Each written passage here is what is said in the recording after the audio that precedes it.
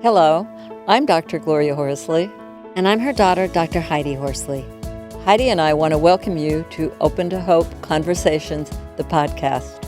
We believe that the greatest gift you can give yourself after a loss is hope, using this moment to connect with others who have not only survived but thrived. So let's get started.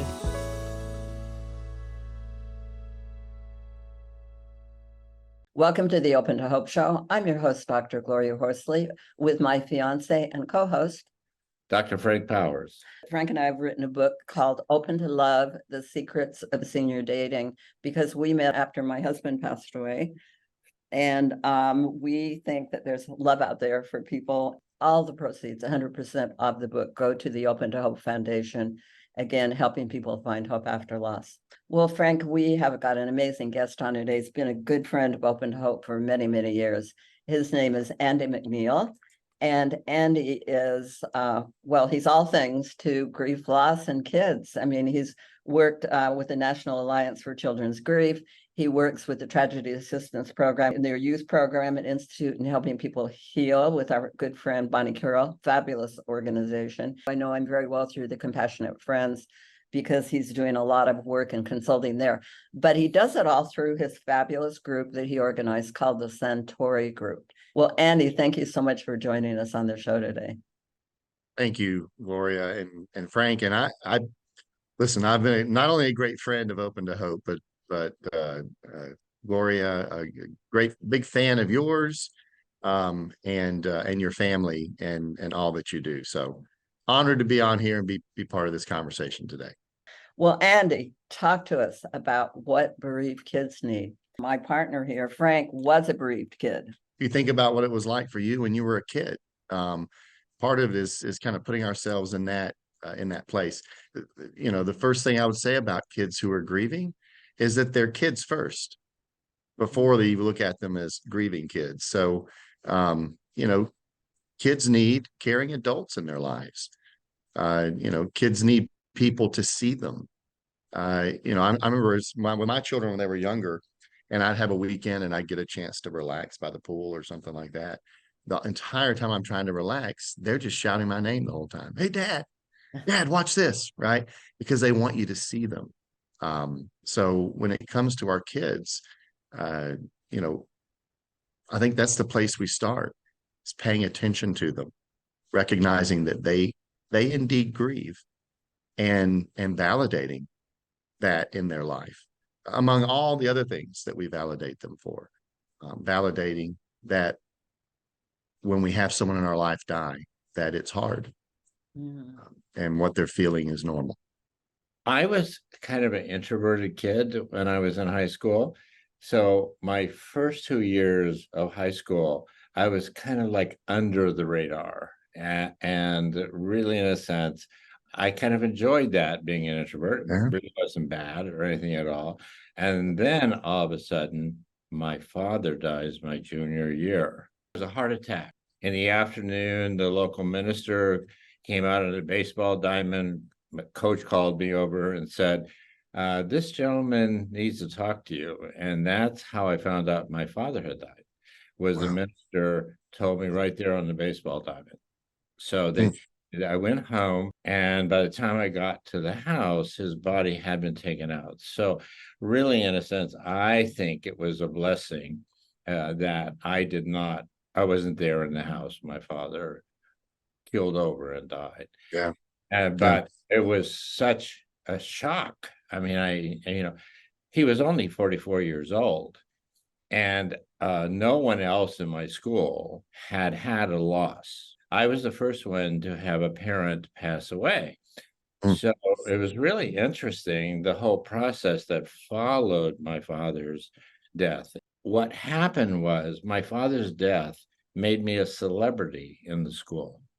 All of a sudden, I went from obscurity to being the big man on campus. And I felt guilty about the fact that all of a sudden I became someone who was a celebrity at school because my father died. So it was really strange. And I felt a little guilty about that at first. Yeah. But I really got to the place where I really liked it. Yeah. I like the fact, but at the same time, my father died, Yeah. and all of Yeah. a sudden, You I am liked the a attention. popular guy. You liked the attention that you got. So all of the things that people were doing, all of a sudden you became someone they were asking to do things and moving more toward the forefront. I wonder if a piece of that was part of how they were wrapping you in their care and support. It feels good when this is a perfect example. It feels good when the people around you, when you're going through something Colleges. horrific, when the people around you see you and actually, bring you in. Now, I will say this. I have had many, many teenagers say to me, Andy, I don't want this attention. A lot of the kids, they'll say to me, here's what they say is that I don't want to be the kid who's just known as the kid whose dad died or the kid whose mom died. So many times, that's what I might hear. You think about just thinking about kids in general, and it brings to mind for me something that we hear a lot when a child has a loss is a lot of people here who are the caregivers from others, they'll have people come to them and say, your kids will be all right. They're resilient. They can bounce back. They can get through any of this. And that term in and of itself, I think they use it in a way that is not intended when we think about what resiliency is, because kids aren't resilient in a vacuum. They can be resilient, but there's certain things that make children more resilient. And one of those is being able to be validated and seen by others. That can have hugely positive effects on a child. The number one way that kids are supported in their grief, and this is research bears this out. The Harvard Child Bereavement Study bears this out. Research that we now have for many, many years on adverse childhood experiences. That's the ACEs study. We know that the number one buffer for children who are grieving the death of someone in their life against the effects into adulthood of that loss, the number one buffer is having at least one adult in their life who they believe cares that they're in the world. So it's that relationship, positive relationships with positive adults in their lives leads typically to a much better outcome than otherwise. Yeah. Knowing Frank, I happen to know another thing about him. He was almost adopted by the YMCA. And one of the leaders at the YMCA, they hired him to do things at the YMCA to run. He became a mentor. He was a mentor, and I think that would be your adult that you found. Absolutely. Yeah. So that's interesting, finding one adult, but you have to process it too. I think one of the things that you process it throughout your life. Yeah. Well, and grief is enduring. It's not something that's just a momentary disruption in a person's life. It's a major disruption that we experience at different points in our lives. And, not to mention as we go through different developmental stages in our lives on into adulthood. I mean, children, you'll see it at different stages where now they revisit their loss at a higher developmental stage because they can think abstract, they see things differently, and there's different things currently in their life that loss is impacting. But it's also true into adulthood. I've facilitated groups I say people who are ages 5 to 105. I mean, all ages, all types of losses that I've had the sacred honor of sitting with. And I had this one group that I did for about 4 years in a row. Every Wednesday night, it was a group of folks who had a spouse die, but it was people in their 70s and 80s who had a spouse die. And there were about 20, mostly ladies, not many men. A couple of men came through. They ended up dating some of the ladies and they ended up getting married. So that happened. But I did have, so this one lady, this one night, we were doing our opening go around and it came to her and she said, Andy, tonight, I know this is a spousal loss group, but can I talk about my sister? And I said, sure, you can talk about your sister. Of course, this is your group. you talk about what you need to talk about. She said, good, because I've had a hard week about her death. So it came back to her. And here's the way she started. She said, my sister was 2 and I was 5 when she died. Wow. And this past week, I've really just been missing her.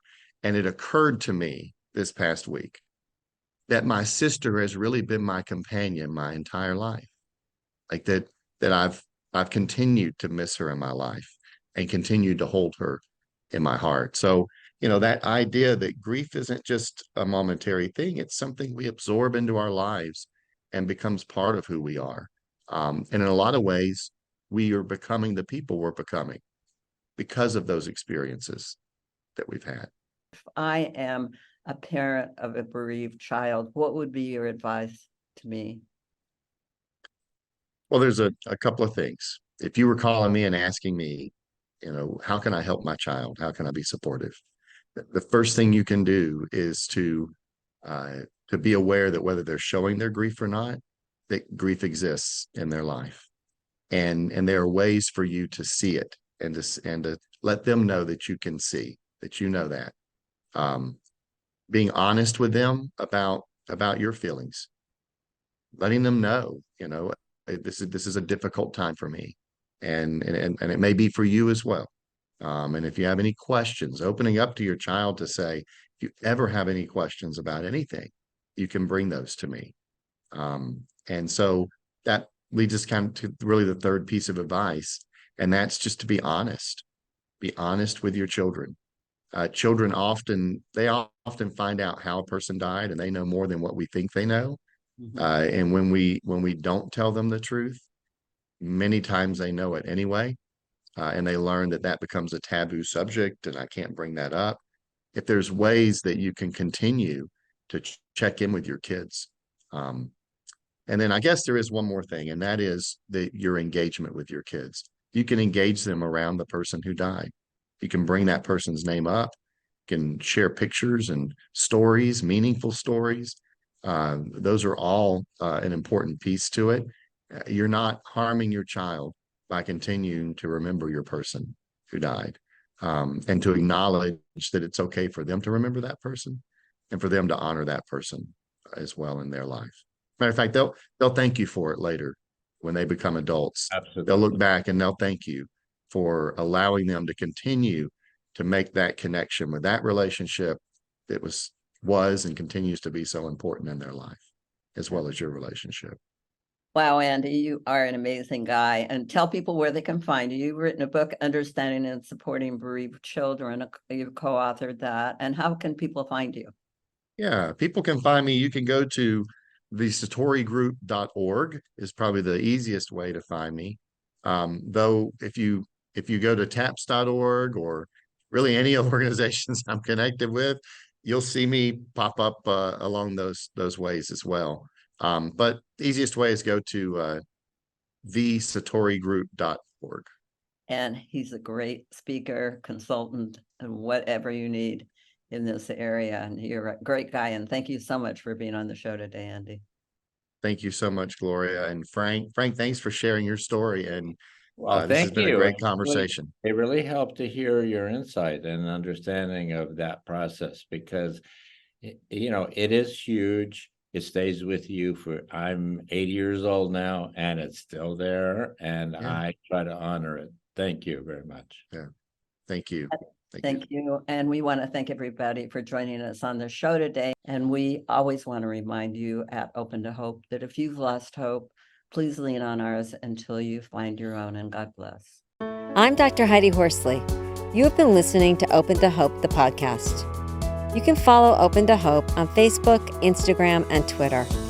To learn more, visit us at opentohope.com and go to Apple Podcasts to subscribe. I'm Dr. Gloria Horsley.